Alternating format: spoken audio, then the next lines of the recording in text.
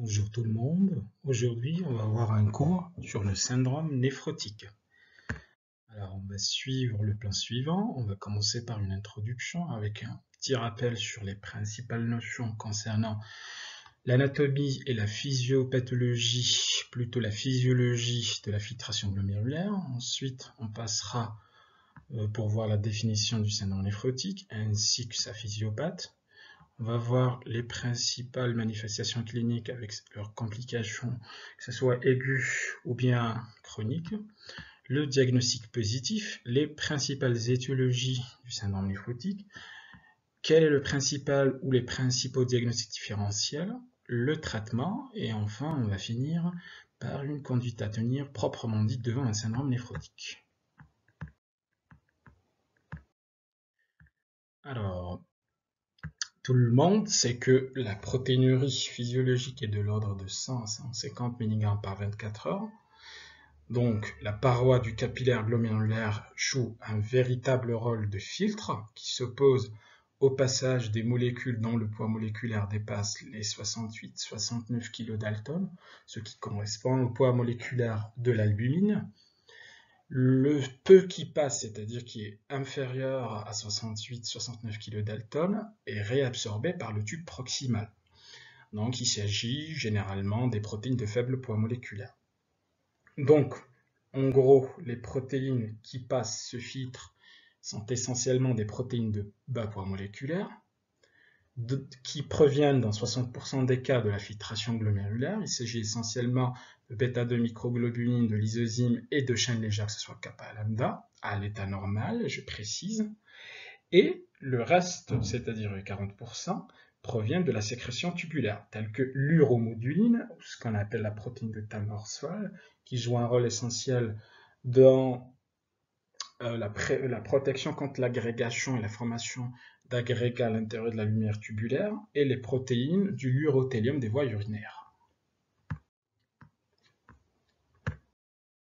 Alors, il existe plusieurs méthodes pour quantifier et étudier la protéinurie. Donc, je vous ai résumé dans le tableau les différentes techniques, à savoir la bandelette urinaire qui reste un examen physique, où on dépiste la présence de protéines. Elle détecte généralement que l'albumine lorsqu'elle dépasse 50 à 100 mg par litre. Malheureusement, elle reste une technique semi-quantitative et elle ne détecte pas les chaînes légères. Donc, par exemple, le cas d'un myélome à chaîne légère, on ne va pas avoir un dépistage positif pour les chaînes légères. La deuxième technique qui est quantitative, c'est le dosage pondéral des protéines urinaires, qui est exprimé en grammes par 24 heures et qui rend compte de la quasi-totalité des protéines, à l'inverse de le dépistage par la bandelette urinaire, où on détecte que l'albumine, alors que dans le dosage pondéral, on détecte toutes les protéines, y compris les chaînes légères. Bon, malheureusement, quand même, ça reste une technique qui n'est pas parfaite, donc il peut y avoir une erreur du recueil, c'est pour ça qu'on préfère de faire le dosage sur échantillon urinaire, c'est-à-dire sur un échantillon, on dose la protéine, on la rapporte par rapport à la créatinine urinaire. On peut avoir des fausses protéinuries, ou bien une hématurie, quand on a une hématurie macroscopique, ou bien lors d'une pyurie associée. Dans les deux cas, on peut avoir une fausse protéinurie. Donc il faut vraiment faire attention dans le contact dans lequel on va doser. Troisième technique, c'est l'électrophorèse des protéines urinaires, qui généralement vient après la deuxième technique. C'est une étude qui est qualitative, donc elle va nous renseigner sur la qualité des protéines présentes dans les urines, et elle va nous aider à caractériser son origine, c'est-à-dire nous dire qu'elle est glomérulaire, c'est-à-dire composée essentiellement d'albumine dans plus de 85% des protéines totales de l'urine, ou bien tubulaire, c'est-à-dire post-rénale dans le cas inverse, c'est-à-dire enfin à 80% d'albumine. Une autre technique, ce qu'on appelle la microalbuminurie. Le terme micro ne veut pas dire de l'albumine micro, c'est-à-dire une petite quantité, mais c'est juste la technique qui est utilisée, parce qu'il y a une technique qu'on appelle dosage radio-immunologique. C'est pour ça qu'on dit microalbuminurie. Donc, c'est un marqueur précoce d'une néphropathie diabétique débutante, parce qu'elle nous renseigne sur la souffrance des cellules endothéliales. Donc, c'est un marqueur de risque cardiovasculaire élevé. Sachez que la microalbuminurie ne peut pas être pratiquée quand on a une protéinurie positive. C'est comme si on fait un test de grossesse chez une femme qui vient d'accoucher. Alors, je vous ai résumé les définitions de l'albuminurie et de la protéinurie pathologique, c'est-à-dire une albuminurie normale est inférieure à 30 mg 24 heures, et la microalbuminurie est définie par la présence de 30 à 300 mg par 24 heures, ou bien 3 à 30 mg par millimole de créatinurie, c'est-à-dire quand on fait sur un échantillon urinaire, on rapporte toujours à la créatinine urinaire. Alors, l'albuminurie, elle est définie comme telle si elle dépasse les 300 mg par 24 heures. Donc, elle devient une protéinurie clinique quand elle dépasse les 500 mg par 24 heures sur un échantillon, enfin sur un dosage des urines des 24 heures, ou bien sur un échantillon quand le rapport protéinurie sur créatinine dépasse les 0,5 g par gramme de créatinine. Alors, quelques définitions. Donc, le syndrome néphrotique, j'insiste, c'est pour ça que je l'ai mis en rouge, est une définition strictement biologique qui associe une protéinurie supérieure à 3 g par 24 heures chez l'adulte ou bien 50 mg par kilo par jour chez l'enfant, associée à une hypoalbuminémie inférieure à 30 g par litre ou bien une hypoprotitémie inférieure à 60 g par litre. Donc, on distingue un syndrome néphrotique pur s'il n'est pas accompagné ni d'hématurie microscopique, ni d'hypertension artérielle, ni d'insuffisance rénale organique. C'est le cas de la lésion glomérulaire minime, anciennement appelée la néphrose lipoïdique. C'est surtout chez l'enfant, mais on peut la retrouver également chez l'adulte. La néphropathie diabétique et l'amylose. Contrairement, il peut être impur s'il associe un ou plusieurs des signes précédents. C'est le cas de la glomérulonéphrite extramembraneuse ou bien l'hyalinose segmentaire et focale. On arrive à la physiopathe, il faut apprendre un truc que j'ai mis en rouge, c'est qu'il s'agit de troubles de la perméabilité capillaire glomérulaire. D'où vient ce trouble? Il est lié à une anomalie de la structure de la membrane basale glomérulaire, une perte de charge électronégative de la membrane basale glomérulaire, ou bien des anomalies des cellules glomérulaires ou des dépôts des protéines isolées combinées dans les glomérules, c'est-à-dire l'un des trois des phrases citées ci-dessus. La protéinurie, elle contient essentiellement de l'albumine ou des protéines de poids moléculaire supérieures à l'albumine parce qu'il y a une fuite urinaire de l'albumine, parce qu'il y a altération du filtre et augmentation de la perméabilité capillaire. Et en même temps, la symptomatologie clinique, elle va être dominée par les œdèmes. On va voir après le mécanisme de ces œdèmes-là. Alors, je vous ai fait un petit rappel sur la structure du glomérule. On voit ici l'artériole afférente qui a un calibre plus important par rapport à l'artériole afférente. Elle pénètre dans la chambre urinaire, ou ce qu'on appelle la capsule de Bowman. Elle forme le flocculus, qui est une sorte de peloton de petites artérioles, et qui sort par l'artériole efférente. Entre les deux, la capsule de Bowman, il y a un espace virtuel qui constitue la chambre urinaire où va stagner l'urine primitive. Donc ce qu'on appelle l'ultrafiltrat, qui résulte du passage du sang avec les éléments figurés à travers l'artériole afférente. Il traverse tout ce système d'artérioles et il va subir une ultrafiltration, c'est-à-dire traverser la membrane de la paroi capillaire.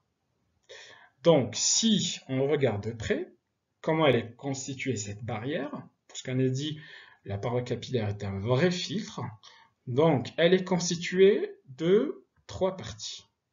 Alors, de l'intérieur vers l'extérieur, on a la lumière capillaire glomérulaire, qui est formée par un endothélium qui est de type fenestré. On voit ici les cellules endothéliales, entre chaque cellule, deux cellules, il y a un espace.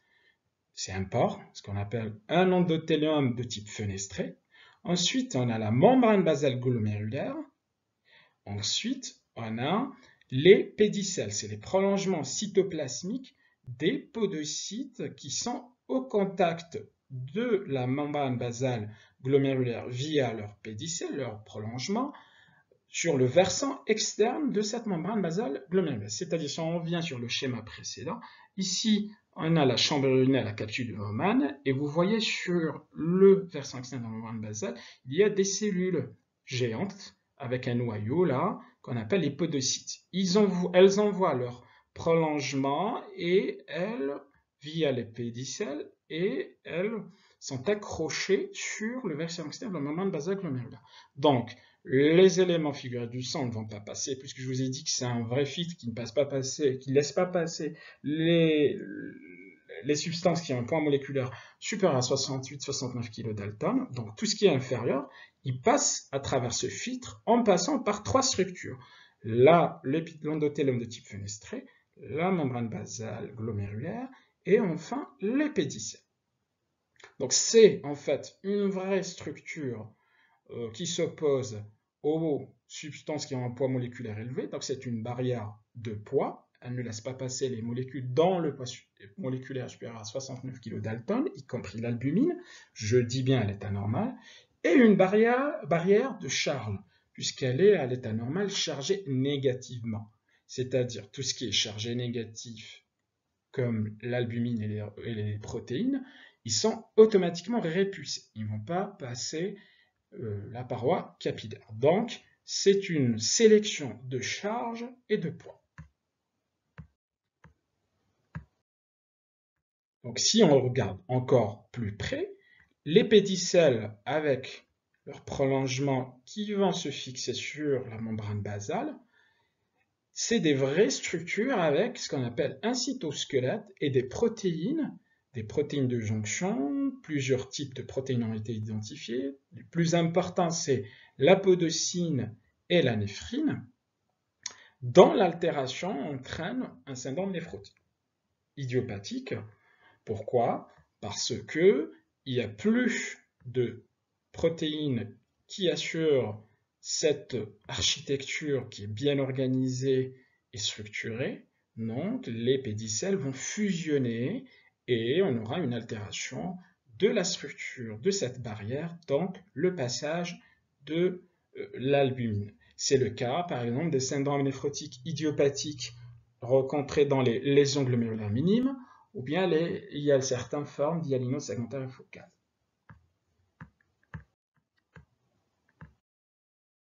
On arrive aux manifestations cliniques et les principales complications. Alors, le tableau clinique est dominé essentiellement par les œdèmes, qui sont mous, blancs, indolores, déclives, c'est-à-dire ils intéressent les territoires déclives, c'est-à-dire les membres inférieurs en position debout, et les régions lombaires et les dos de la main en position déclive, c'est-à-dire dans les régions où la pression extravasculaire est faible, généralement aussi l'orbite de l'œil. Elle garde le godet, on voit ici sur la photo, quand on comprime et on enlève nos doigts, il y a toujours un godet qui persiste. Dans certains cas où l'épanchement des séreuses peut être associé, c'est le cas d'une péricardite, enfin un épanchement liquidien péricardique, une ascite et un épanchement pleural. Dans le cas où on a une association entre œdème des membres inférieurs et épanchement des séreuses, on parlera d'une anasarque. L'œdème pulmonaire est exceptionnel en l'absence d'insuffisance cardiaque. Donc, comment évalue-t-on ces œdèmes-là? C'est en prenant le poids. Donc, il faut vraiment le chiffrer, il faut avoir le poids antérieur du patient et le surveiller quotidiennement par la prise de poids quotidienne. Si on essaye d'expliquer quel est le mécanisme à l'origine de ces œdèmes, il faut qu'on fasse un petit rappel sur ce qu'on appelle l'équilibre de Gibbs-Dunham. Sachez que pour traverser le système capillaire, qui est un vrai réseau partout dans l'organisme, ce passage obéit à deux pressions, enfin deux forces. La pression hydrostatique, ici schématisée en bleu PC, qui dépend de la pression artérielle, et la pression oncotique Πc en vert, c'est la pression oncotique. Donc, elle est déterminée par les protéines, essentiellement l'albumine dans le sang.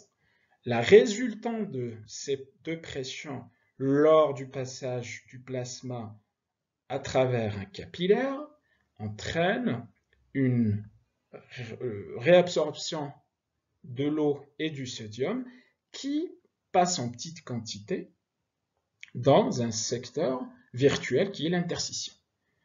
Ceci est possible grâce à un système de drainage qu'on appelle les lymphes, qui récupère le petit excès qui reste dans l'interstitium, ainsi les passages de certaines protéines, triglycérides et cholestérol qui vont être drainés par la lymphe.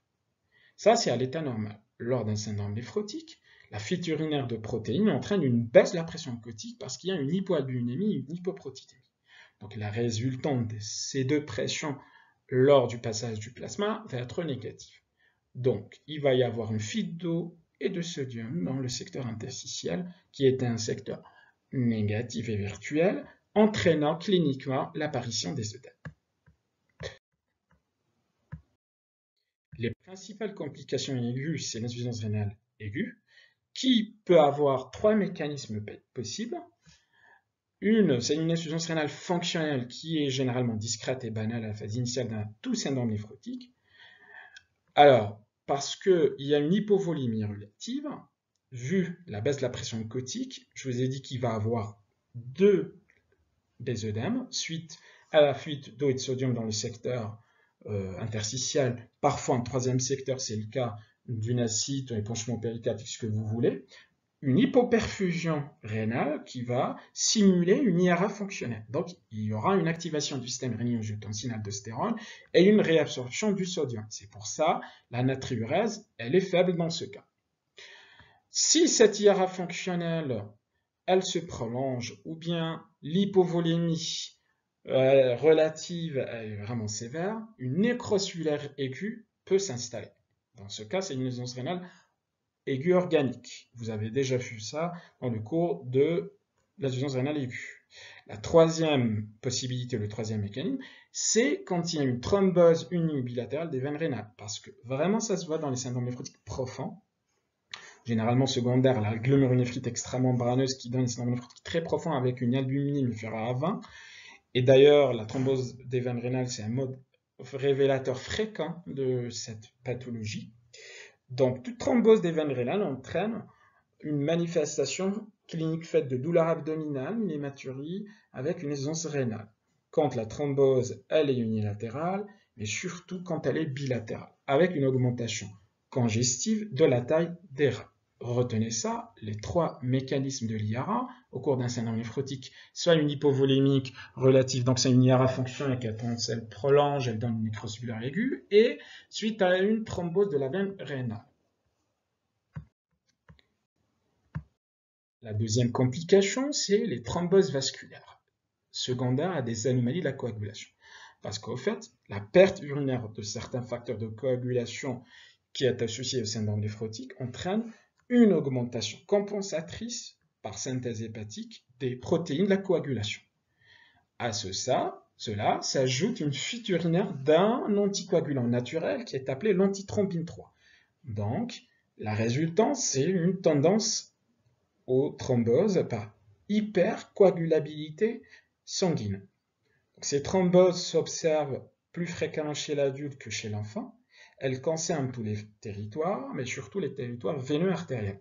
Donc, elles concernent les thromboses veineuses, surtout des membres inférieurs qui peuvent se compliquer d'une embolie pulmonaire, et aussi des secteurs artériels et qui sont volontiers à l'installation d'un syndrome néphrotique. Donc, il faut juste noter qu'il y a deux variétés de thromboses veineuses. La plus rare, c'est la thrombose du sinus cérébral.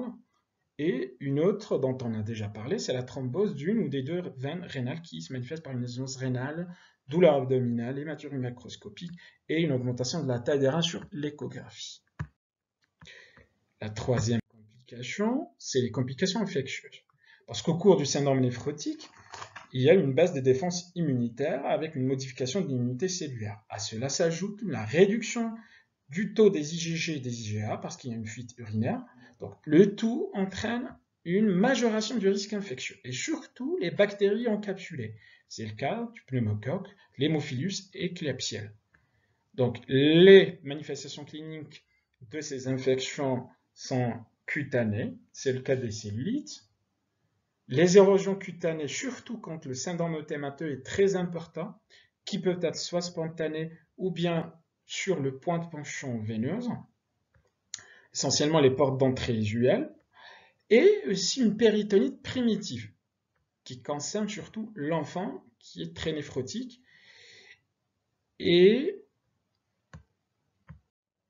elle est spontanée avec une surinfection secondaire aux baisses des défenses immunitaires que j'ai citées en haut. Alors, aucune efficacité de la vaccination anti-pneumo n'a été établie et l'antibioprophylaxie n'est pas indiquée. On arrive aux complications chroniques, qui sont observées lors d'un syndrome néphrotique prolongé chronique plus de 6 mois. La principale complication, c'est la dyslipidémie, qui est de type mixte le plus souvent. Elle est liée à une augmentation de la production des lipoprotéines au niveau du foie, surtout le LDL. Donc, elle se manifeste par une augmentation de la synthèse du LDL-cholestérol, aussi du LDL, et une diminution de leur catabolisme. Donc, tout ça, le foie est une vraie usine qui essaie de compenser la fuite urinaire des protéines, que ce soit porteuse, albumine ou autre chose. Donc, cette dyslipidémie, elle est corrélée à l'importance de la protéinurie. C'est logique, plus on perd, plus on synthétise. Et elle augmente donc le risque cardiovasculaire. Elle peut participer à la progression des lésions rénales. La deuxième complication, c'est l'hypertension artérielle qui est très fréquente au cours des glomérulonephrites chroniques. L'insuffisance rénale chronique, quant à elle, le risque est observé en fonction du type de la glomérulopathie, l'effet néphrotoxique direct en cas de protéinurie prolongée et l'aspect de l'HTA si elle est contrôlée ou non. La quatrième complication qui est la dénutrition et les troubles de croissance, c'est essentiellement une malnutrition protéique avec atrophie musculaire, secondaire à la fuite protéinique que le foie n'arrive pas à compenser. Chez l'enfant, on constate un retard de croissance qui est principalement imputable à la corticothérapie, parce que on va voir dans le traitement étiologique du syndrome néphrotique, généralement, c'est la corticothérapie et les immunosuppresseurs en fonction du type de la néphropathie, mais c'est surtout les corticoïdes. C'est pour ça, tout le monde, vous connaissez que les corticoïdes donnent un retard de croissance avec un défaut de minéralisation osseuse. Cinquième complication, c'est elle est vraiment redoutable, il faut faire attention, chez l'augmentation de la fraction libre plasmatique des médicaments liés à l'albumine. C'est les médicaments qui sont liés à l'albumine et qui se trouvent libres puisqu'il y a une hypoalbuminémie. C'est le cas des antivitamines K, des anti-inflammatoires stéroïdiens et des statines. Dans le premier cas, il faut vraiment faire attention parce qu'on risque d'avoir un surdosage avec des accidents aux AVK de type saignement, hémorragie, ce que vous voulez. La sixième complication, c'est des complications essentiellement métaboliques, parce qu'elles se voient également des syndromes néphrotiques prolongés. Il y a une baisse des métaux lourds qui sont vraiment indispensables à la survie cellulaire et à certaines réactions enzymatiques telles que le fer, le cuivre et le zinc, et certaines protéines porteuses telles que la céruléoplasmine qui transporte le cuivre, la transférine. À noter qu'il y a une fuite urinaire de protéines porteuses de la vitamine D et de la TSH. C'est pour ça qu'on a une hypothyroïdie fonctionnelle, parce qu'il y a une fuite urinaire de ces protéines porteuses et des fractions FT3, FT4. Alors, le diagnostic positif, comme je l'ai dit et je cesse de répéter, il est essentiellement biochimique, qui répond aux définitions, c'est-à-dire une protéine supérieure à 3 grammes 24 heures chez l'adulte, ou bien 50 mg kg jour chez l'enfant, et une hypoalbuminémie inférieure à 30 grammes par litre. Donc, je ne vais pas m'acharner sur ça. Le diagnostic étiologique donc, peut être orienté par l'âge, les antécédents familiaux de néphropathie glomérulaire, c'est le cas de syndrome d'Alport ou certains syndromes néphrotiques familiales, les antécédents personnels aussi, surtout en extra-rénal, qui peuvent nous orienter vers une maladie de système. Le mode des débuts est très important. S'il est brutal, généralement, c'est une néphropathie primitive. S'il est progressif, c'est secondaire. La procession du syndrome néphrotique par un épisode viral ou des manifestations d'allergie, parce qu'on peut dire que c'est secondaire certaines infections virales, par exemple le cas des HSF, les iones secondaires focales. Et est-ce que le patient a déjà utilisé un médicament avant l'installation du syndrome néphrotique? C'est le cas des anti-inflammatoires stéroïdiens, les sels d'or et les dépénicillamines. le caractère pur ou impur du syndrome néphrotique, parce qu'il nous permet de nous orienter vers certains types de néphropathie, et les données de l'échographie rénale. Est-ce qu'il y a une neuropathie malformative ou pas? Enfin, les tests biologiques y vont être orientés en fonction du contexte clinique. Le paramètre le plus important que j'ai mis en rouge, c'est la fonction de biopsie rénale. C'est-à-dire, on va prélever, on va aller dans le rein, on va le prélever et on va analyser sous microscopie optique et immunofluorescence, en certains cas, la microscopie électronique. Et l'anapathe, il va nous dire de quoi s'agit-il. Donc, ce n'est pas tout le monde qui va bénéficier de cette fonction de biopsie rénale. Il y a certaines indications. Quelles sont les indications de la biopsie rénale? Elle est systématique sauf. Alors, l'enfant qui a entre 1 an et 10 ans, si le syndrome néphrotique est pur, et s'il n'y a pas de signes extra-rénaux, donc ce n'est pas la peine de lui faire une biopsie. Le diabétique avec des complications type rétinopathie diabétique et un syndrome néphrotique sans hématurie, donc ce n'est pas la peine parce que, a priori, c'est une néphropathie diabétique. L'adulte qui est suspect d'amylose ou bien une biopsie d'autres organes tels que les glandes salivaires accessoires confirme ce diagnostic. Donc pourquoi aller dans le rein, puisqu'on a déjà posé le diagnostic dans les glandes salivaires. Et enfin, en cas de glomérulopathie héréditaire déjà identifiée dans la famille, s'il a un cousin, un frère, une sœur qui a un syndrome néphrotique, une glomérulopathie héréditaire, dont on a cité tout à l'heure, et le traitement a été proposé, spécifié, donc ça ne sert à rien de lui faire une biopsie. Donc à retenir par cœur. Je vous ai résumé dans le tableau qui s'affiche les principales causes du syndrome néphrotique, à savoir les maladies du système, surtout le diabète et le lupus, certains types d'amylose, les infections, que ce soit virales, telles que l'hépatite B, C ou le VIH, ou certaines glomérulonéphrites post-infectieuses, telles que la GNA qui peut se manifester par un syndrome néphrotique, et les cancers, surtout les cancers solides. Mais quand même, on peut avoir, dans le cas des gammopathies monoclonales, qui peuvent donner une amylose de type AL. Certains médicaments, tels que les sels d'or et les INS, et autres causes qu'on observe au cours de la prééclampsie ou bien de la transplantation rénale. Donc, je vous ai cité quelques exemples. Voilà, il faut garder à l'esprit que les étiologies sont variées.